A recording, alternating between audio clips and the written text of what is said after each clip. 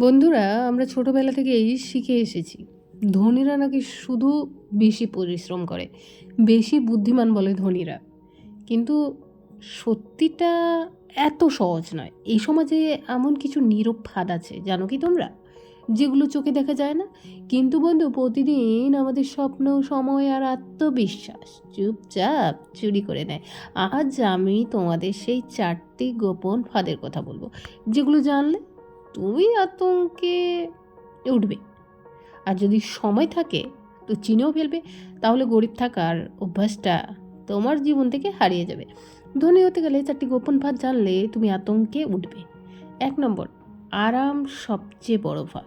ধনীরা জানে যে মানুষ আরামে ডুবে যায়, সে আর লড়াই করে না। তুমি যখন মানে তুমি যখন কমে খুশি হও, তখন তোমার স্বপ্নই সস্তা হয়ে যায়।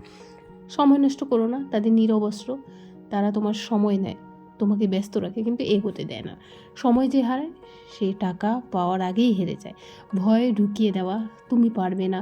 ধনীরা চায় তুমি সন্দেহতে থাকো। তুমি যদি নিজের উপর বিশ্বাস করো, তারা জিতে যায়। শর্টকাটের লোভ দেখানো, সহজে টাকা, দ্রুত সফলতা, এই টোপেই কিন্তু সবচেয়ে বেশি মানুষ করে। যে শর্টকাটে যায় সে অনেক সময় ভুল গন্তব্যে পৌঁছায়। তাই বন্ধুরা, ধনী তোমাকে থামায় না, তুমি থামবে তখন যখন ফাঁদগুলো চিনতে পারবে। বন্ধুরা, আজ যদি কথাগুলো শুনে তোমার ভিতরে অস্বস্তি তৈরি হয়, তাহলে বুঝবে তুমি জেগে উঠেছো। ধনীদের গোপন ফাঁদ আসলে টাকা নয়, ফাঁদ হলো আমাদের ভয়, অলসতা, ভুল সিদ্ধান্ত। মনে রাখবে, যেদিন তুমি সময়ের দাম বুঝবে, নিজের উপর বিশ্বাস রাখবে আর সহজ পথের লোভকে না বলতে শিখবে, সেদিন থেকেই তোমার ভাগ্য বদলাতে শুরু করবে।